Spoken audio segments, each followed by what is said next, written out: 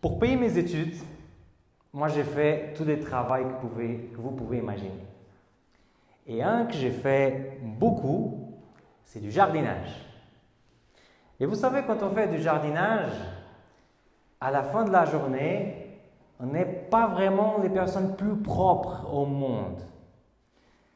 Je me rappelle que quand je faisais du jardinage, j'arrivais à la maison, ma chambre à Collonges, je prenais tous les habits, je les enlevais comme c'était un seul, tout dans la machine à laver parce que on ne pouvait pas réutiliser ça.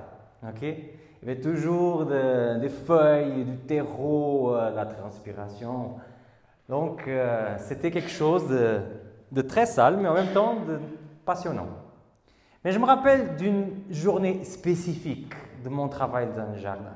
J'habitais plus sur le campus, j'habitais dans un petit studio et je me rappelle une fois que j'ai terminé mon travail et j'allais joindre mon épouse, qu'elle travaillait aussi mais qui avait un travail un peu moins sale que le mien. Et quand je la vois, moi je suis avec mon équipement de jardinier, sale comme tout, elle est tout belle, tout bien habillée. Et on commence à descendre cette énorme rue qui arrive au campus. Et quand on commence à descendre cette rue-là, je vois qu'Isabelle tend la main et me donne la main. Et là, il y avait la fille plus belle de Collonges, très bien habillée, main à main avec le monsieur sale qui sortait du jardin. C'est des petits actes comme ça qu'on garde pour toujours et que moi je garde pour toujours comme des actes d'amour. Parce que pour mon épouse, le fait que j'étais sale, ça n'intéressait pas. En tout cas dans cette époque-là. Hein? On va voir si aujourd'hui c'est la même chose. Mais l'amour, il marque, il change, il nous transforme. Mais des fois, il nous dérange aussi. Parce que quand elle m'a tenu la main, je me suis dit, mais je suis sale là. Quelle est l'image? Il y a des voitures qui passent. Mais pour elle, il n'y avait pas de problème. Mais je ne peux pas vous cacher qu'il y avait un certain dérangement chez moi. Du fait que, comme j'étais sale, je ne méritais pas d'avoir la main de mon épouse dans ce cas spécifique. Ça, c'est l'amour des humains. Des fois, on est dérangé par certains actes d'amour. Mais l'amour de Dieu, je peux dire qu'il est aussi marquant. Il nous change aussi, il nous transforme, mais il est aussi dérangeant. Il est dérangeant à cause d'une chose, c'est que l'amour de Dieu, il est inconditionnel. Quelque chose de difficile pour nous de penser dans un amour inconditionnel, parce qu'on sait que même dans un couple où il y a de l'amour, s'il commence à avoir certaines choses qui ne vont pas bien, l'amour peut même disparaître. Donc, d'une certaine façon, notre amour, il est un petit peu conditionnel. Enlevons peut-être l'amour entre les parents et les enfants, entre une maman et ses enfants. L'amour qu'on a aujourd'hui sur terre, il est bien différent de l'amour de Dieu, qui est complètement inconditionnel. Dieu ne va jamais dire qu'on est trop sale. Il ne va jamais nous dire « là, tu n'es pas dans l'état pour que je puisse te donner la main ». Jamais. Il va faire comme mon épouse. Il va nous tendre la main. Il attend juste qu'on puisse aussi lui donner la main. Mais bien que c'est facile pour nous tous d'envisager cet amour, c'est facile à l'exprimer, dire que l'amour de Dieu est inconditionnel, c'est facile. Parler de la théorie de l'amour, c'est facile. Maintenant, accepter que Dieu puisse m'aimer, malgré le fait que moi je suis sale, malgré le fait que je ne suis pas parfait, malgré le fait que je fais plein de choses à côté de la plaque. Ça, ce n'est pas tellement facile que ça. Permettre à Dieu qu'il puisse nous aimer, malgré le fait qu'on est comme on est. C'est une tâche assez difficile. Il y a beaucoup de personnes qui disent que l'amour, c'est une doctrine facile. Parmi les pasteurs, si quelqu'un prêche sur l'amour, il y a certains collègues peut-être qui vont dire « Oh, mais l'amour, c'est facile. Tout le monde aime parler de l'amour. » Mais est-ce que c'est tellement facile que ça? À nouveau, je vous dis, théoriquement, accepter qu'il y a un Dieu qui nous aime inconditionnellement, c'est facile. Mais dans la vie pratique de tous les jours, intégrer que malgré ce que je fais, il m'aime. Ce n'est pas tellement facile que ça. Et pour entrer dans cette réflexion, j'aimerais aujourd'hui vous parler d'un personnage dont je suis sûr que vous n'avez jamais entendu. Je devrais même avoir un prix pour ceux qui lèvent la main et qui me disent qu'ils connaissent ce personnage, tellement il n'est pas connu. Il s'appelle Itaï. Est-ce qu'il y a quelqu'un dans cette salle qui connaît Itaï dans la Bible?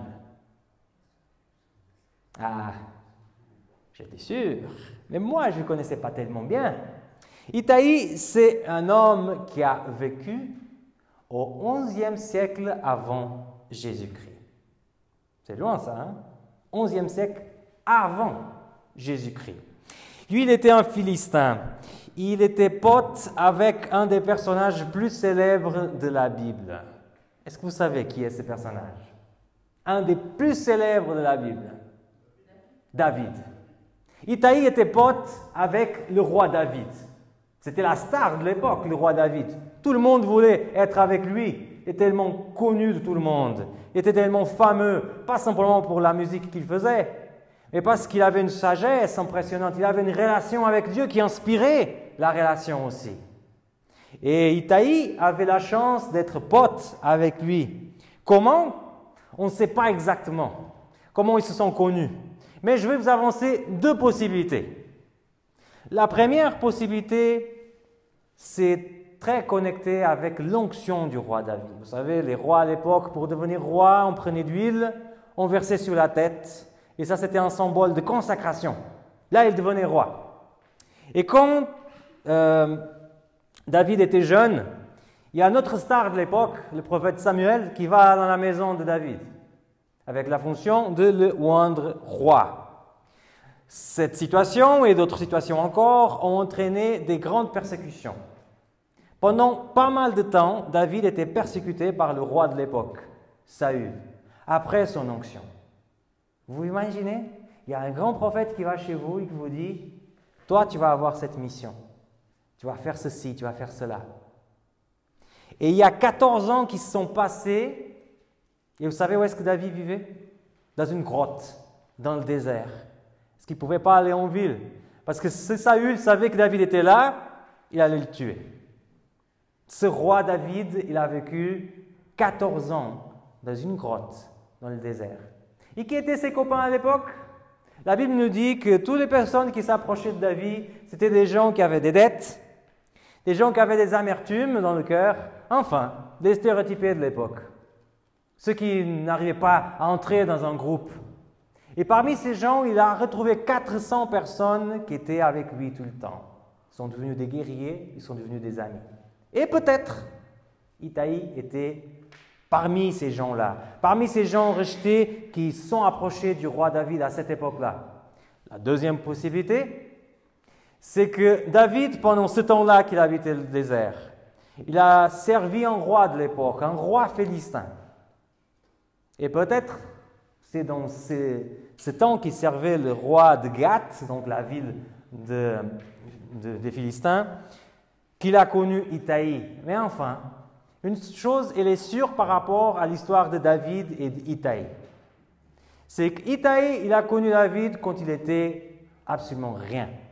Quand il habitait une grotte, quand il était dans le désert. Et il a accompagné David depuis ce temps-là. Il a vu commencer à gagner des batailles.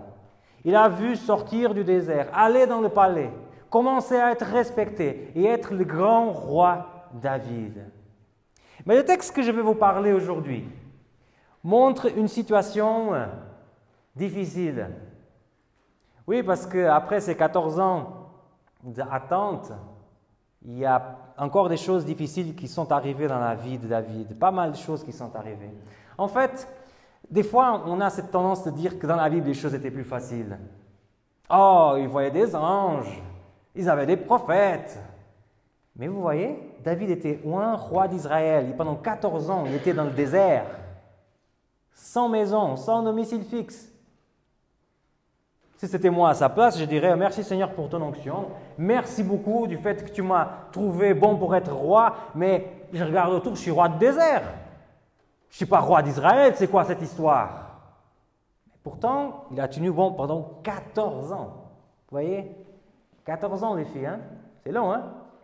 Alors, Itaï, il apparaît dans une circonstance très spécifique de la vie de David. Son fils, Absalom, convoitait le trône de son père. Il va jusqu'au point de faire un coup d'État. Ah oui, dans la Bible, il y a aussi des coups d'État. Ok? Donc, il va prendre une armée, il envahit Jérusalem, et David, il a eu juste le temps de prendre ses affaires et de partir avec la cour. Et pendant qu'ils sont en train de s'enfuir de la ville de Jérusalem, il y a un dialogue entre David et Itaï.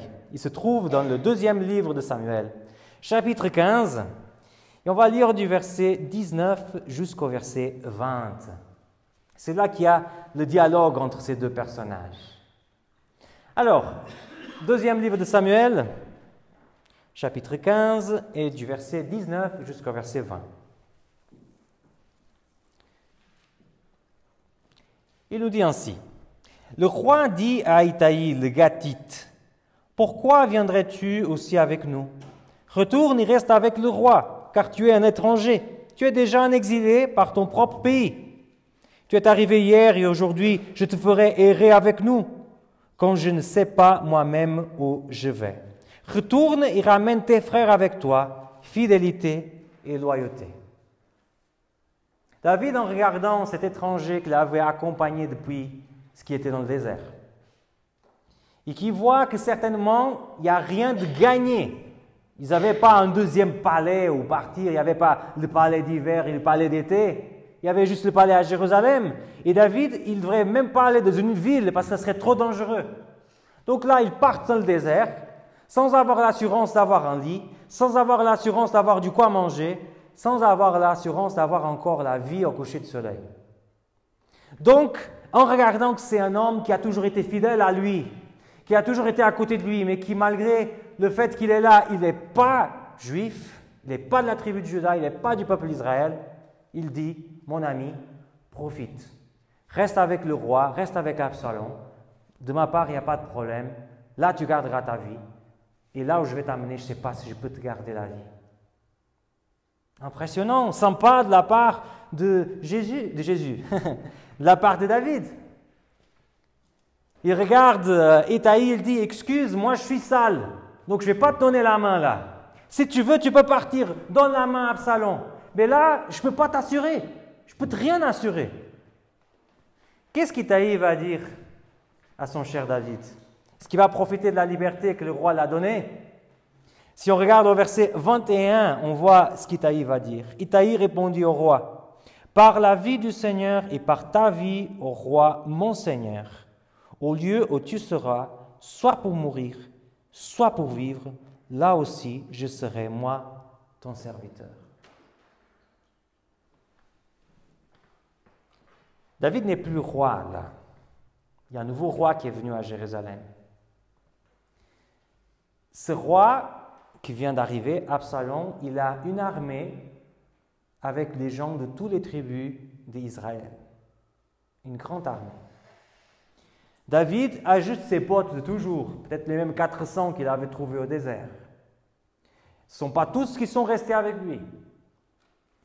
Et quand on regarde toutes les possibilités, on voit que très probablement, ils ne vont pas vivre beaucoup de temps. Parce qu'avec les femmes et les enfants qu'ils avaient, ils ne pouvaient pas se déplacer vite. Et derrière, il y a une armée qui n'a pas ni d'enfants ni de femmes. Donc, ils peuvent courir après eux. La mort, elle est proche. Itaï a la possibilité de se sauver. Mais il va dire, non merci, moi je reste avec toi. Par honneur, par amour, par amitié, on ne sait pas. Mais Itaï est resté à côté de David. Il était là pour les bons moments, il était là aussi pour les mauvais moments. Permettez-moi de vous faire une image folle. Je vais vous donner une image très folle. Ce n'est pas du vrai, hein? Mais imaginez-vous que Dieu vient vers nous et nous dit, C'est juste une image. Les amis, à partir d'aujourd'hui, je ne vais plus répondre à tes prières. Tu peux prier si tu veux, mais je ne vais pas te répondre à tes prières.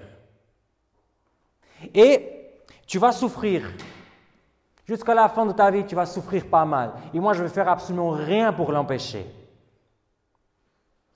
Est-ce qu'on continuerait à croire en notre Dieu? Est-ce qu'on continuerait avec Jésus? Est-ce qu'on se dirait toujours des chrétiens? Est-ce qu'on continuerait avec lui juste par honneur, par l'amour, par amitié, par reconnaissance des choses qu'il a fait déjà dans le passé dans notre vie? Est-ce qu'on resterait avec Dieu juste parce qu'il a eu la croix? Ce défi, cette image folle que je vous lance, je trouve que c'est une bonne image pour montrer que notre amour est très conditionnel, les amis. Très conditionnel. Je me rappelle de visiter une personne adventiste qui avait un enfant avec une maladie très compliquée. Bien que cette personne est une des personnes plus riches que j'ai visitées en toute ma vie, ils avaient essayé toutes les choses pour guérir cet enfant et ils n'ont pas trouvé un moyen de guérir. Et je me rappelle d'être dans la maison de cette personne-là et cette personne m'a dit une phrase qui m'a marqué. Elle m'a dit, ça sert à quoi de croire finalement? Ça sert à quoi? C'est là quand j'ai besoin, j'ai absolument rien. Ça vous est arrivé déjà de penser comme ça? Ça m'est arrivé. En plus, j'ai une couche de plus que vous parce que je suis pasteur. Donc je peux dire, Seigneur, mais moi j'ai laissé tout pour te suivre. Je pouvais faire une autre formation, faire plein d'argent, ne pas avoir des problèmes. J'ai choisi d'aller dans ta direction. Et regarde ce que tu me fais. Ça sert à quoi de croire? Mais ça montre que notre amour, il est un amour couvert d'utilitarisme. On aime tant que ça nous arrange, tant que si on peut avoir quelque chose. Il y a cette histoire, l'histoire est vieille, mais elle apparaît beaucoup à cause des... Maintenant, elle apparaît beaucoup à cause des réseaux sociaux. D'un rabbin qui voit quelqu'un manger du poisson. Et qu'il demande à cette personne-là pourquoi il mange du poisson. Pourquoi tu manges du poisson? Et lui répond, moi je mange du poisson parce que j'aime le poisson. Ah bon? Tu aimes le poisson? Alors c'est pour ça que tu l'as enlevé de l'eau, tu l'as cuisiné, tu es en train de le couper et en train de le mâcher. Parce que tu l'aimes. Tu aimes ce poisson-là. C'est rigolo, hein? Mais en effet, on a cette tendance de dire, ah, j'aime beaucoup le poisson. Mais en fait, ce qu'on aime, c'est l'utilité que le poisson est là. Le poisson, soyons honnêtes les amis, on s'en fiche du poisson. On s'en fiche qu'il est mort sans oxygène. On s'en fiche qu'il a souffert pour être dans notre assiette. Et à la fin, on a même la capacité de dire, on aime le poisson. Notre amour, il est plein d'utilitarisme. Mais pourtant, Jésus nous parle d'un amour différent, un amour inconditionnel, un amour sans aucune condition.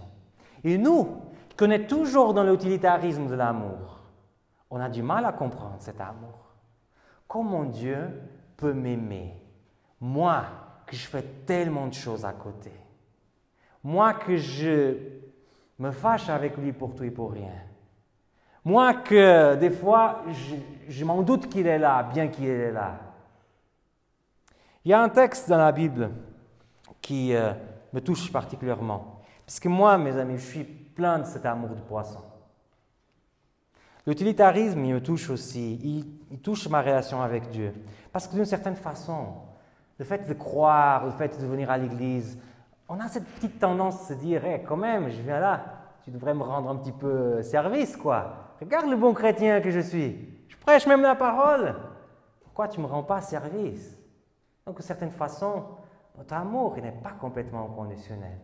Or, Jésus, selon ce qui est écrit dans le livre de Romains, au chapitre 5 et du verset 6 jusqu'au verset 8, il y a une perspective différente par rapport à l'amour. Une perspective qu'il veut qu'il puisse nous inspirer à avoir un amour différent envers lui. Il est écrit ainsi, chapitre 5 du livre de Romains, verset 6 jusqu'au verset 8. Il dit ainsi, « En effet, lorsque nous étions encore sans force, le Christ en son temps est mort pour des impies. À peine mourrait-on pour un juste. Peut-être quelqu'un aurait-il courage de mourir pour un homme bon.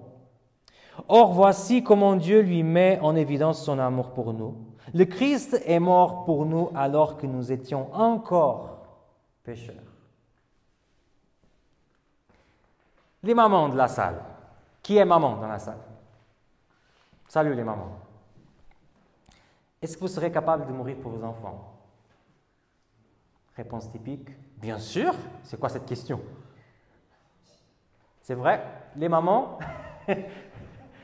pourraient peut-être mourir pour ses enfants. Est-ce que vous pourrez mourir pour votre meilleur ami?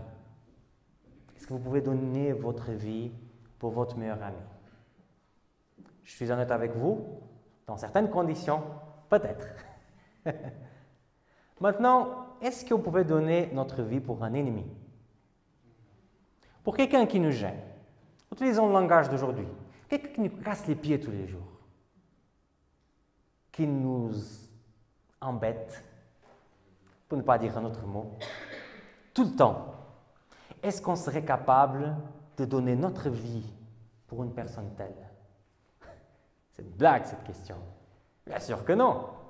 Moi, j'aime bien ma vie, j'aime bien ce que je fais, je n'ai rien à faire avec cette personne-là. Mais ce que Jésus a fait, c'est comparable à ça. Il est mort pour tout le monde, lorsqu'on était encore pécheurs. Il n'a pas attendu qu'on soit parfait. Et là, quand on est arrivé à un certain état de perfection, il s'est dit « Ah, là, je peux mourir pour lui. Parce que là, il est mon pote, là, il est mon ami. Donc là, je peux donner ma vie pour lui. » Ce que Jésus a fait, c'est qu'il a donné sa vie pour beaucoup de personnes qu'il voit comme un ennemi. C'est comme cette image que je vous donne. C'est comme si Dieu avait un événement. Il avait réservé une salle pour 1000 personnes, bien qu'il savait qu'il n'y avait que 2 personnes qui allaient venir. Mais il a réservé la salle pour 1000 personnes. Mais c'est cher. Il a réservé pour 1000 personnes. Ce qu'il voulait que ça soit à la portée de tous. Il s'est dit, ça ne m'intéresse pas s'ils sont sales. Moi, je tiens la main à tout le monde. Et j'ai l'envie, j'ai l'espoir que tout le monde puisse me tendre la main. La croix, c'est la manifestation d'amour plus grande que Dieu nous a donnée. Et juste la croix, seulement la croix, devait être suffisante pour inspirer la reconnaissance dans notre cœur pour ce qu'il a fait pour nous. Juste la croix.